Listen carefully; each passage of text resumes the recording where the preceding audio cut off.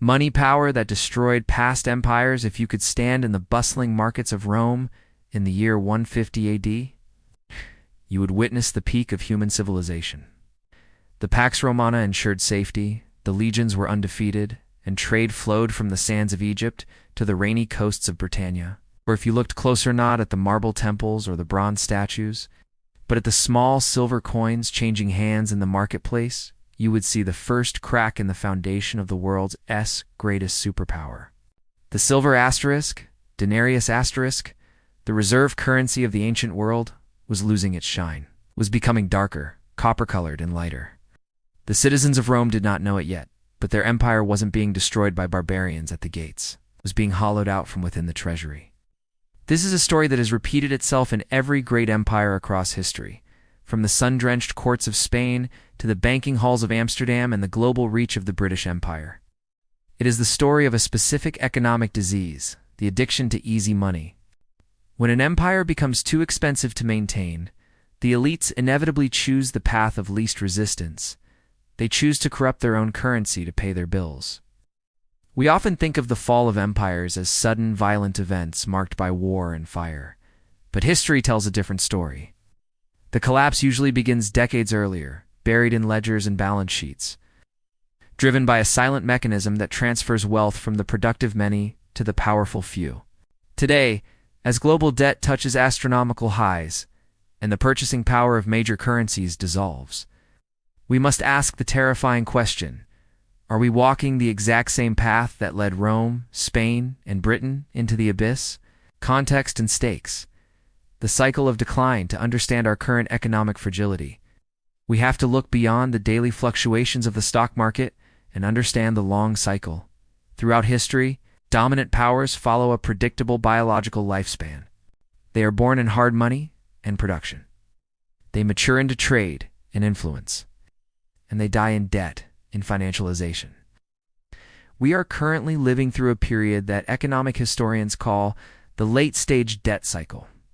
This is the dangerous phase where the obligations of the past pensions, interest payments, and military costs so overwhelm the income of the present.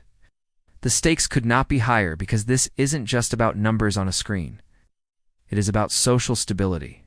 When money dies, trust dies. When a government breaks the promise inherent in its currency, the social contract fractures. We saw this in Weimar Germany, we saw it in the Soviet Union, and we are seeing the tremors of it today. The mechanism is always the same. The state attempts to print purchasing power that it did not earn.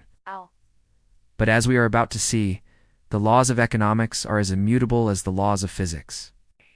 You cannot cheat them forever. Historical rewind. The Roman precedent. Let us rewind 2,000 years to the reign of Emperor Nero.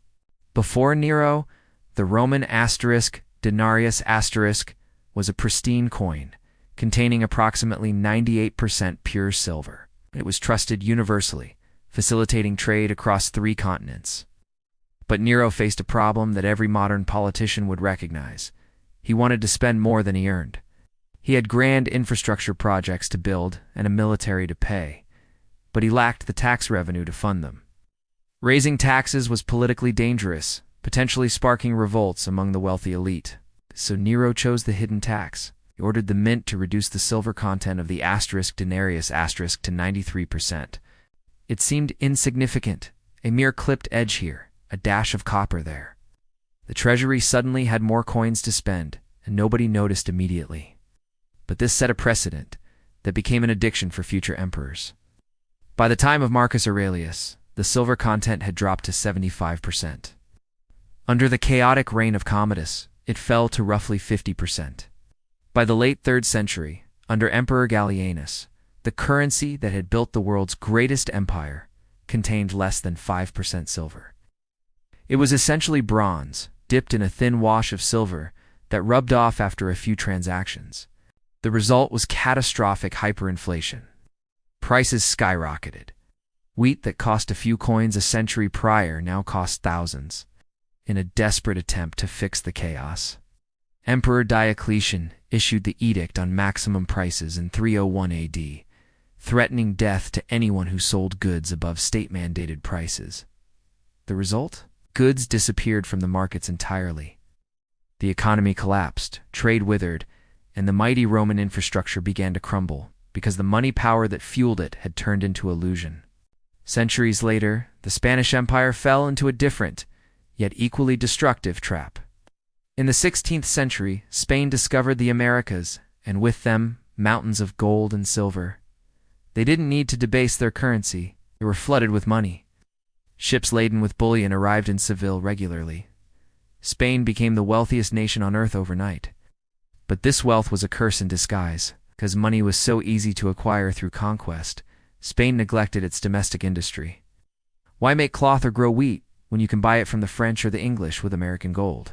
Spain became a hollow superpower, a nation of consumers, not producers. They outsourced their manufacturing to their rivals. As the massive influx of gold circulated, it caused the price revolution, a period of high inflation across Europe. Crucially, the Spanish crown spent this money on endless wars fighting the Ottomans, French, the Dutch, and the English simultaneously. They borrowed against future silver shipments, essentially mortgaging their empire. When the silver shipments slowed down due to piracy or storms, the Spanish crown defaulted on its debt not once, but 9 times between 1557 and 1666. The money power that was supposed to ensure their dominance ultimately deindustrialized their economy and handed the future to the productive nations of Northern Europe. What links the Roman debasement and the Spanish default is a mechanism known as financialization. In the early stages of an empire, money is a medium of exchange representing real value, actual goods and services produced. But in the late stages, money becomes a political tool. The system shifts from making things to making money from money . This transition is often marked by the rise of a distinct banking class that holds power over the state. We saw this with the Dutch Empire in the 1700s, as the Dutch East India Company declined, and their manufacturing dominance faded. Amsterdam remained the financial capital of the world. It became the world's bankers, lending to their enemies. But an economy based on lending is fragile, where is the money supply. V is the velocity of money.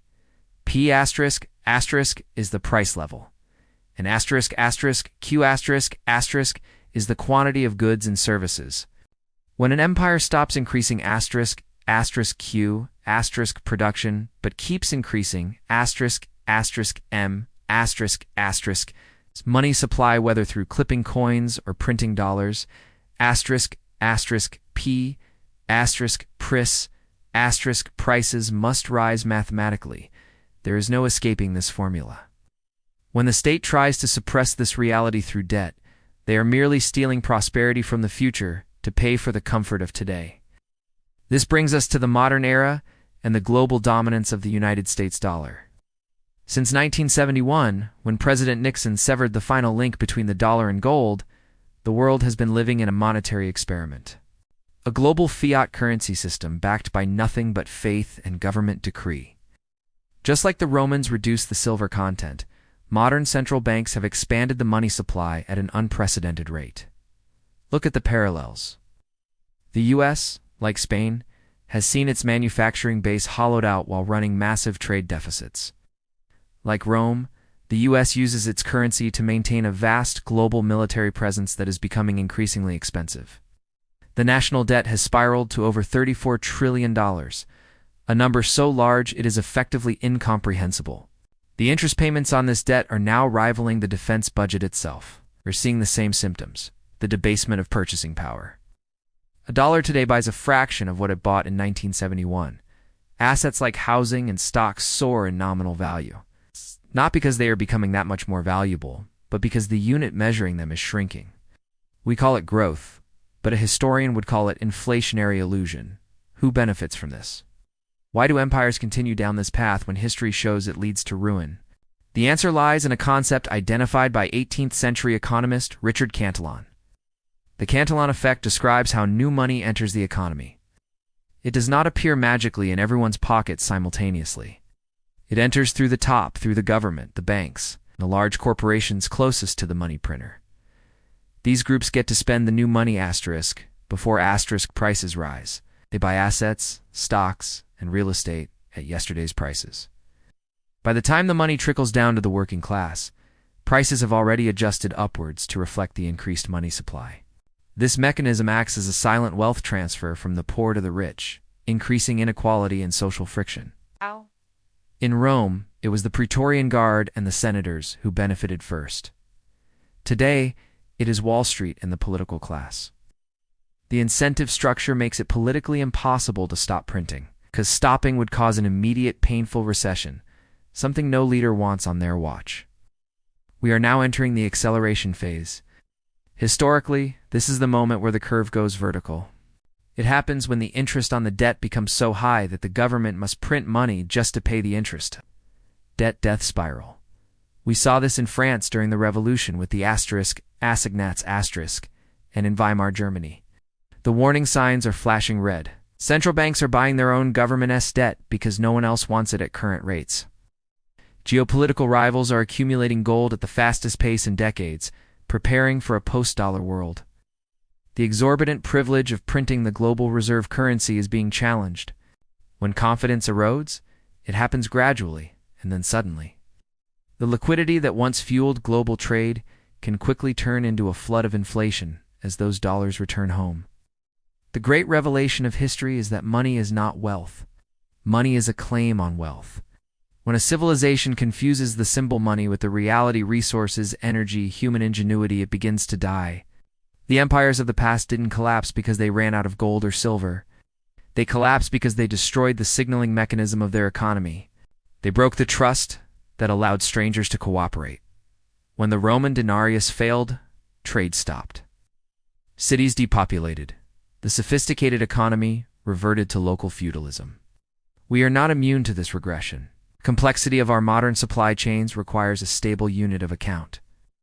If the money power breaks, the complex machinery of modern life grinds to a halt.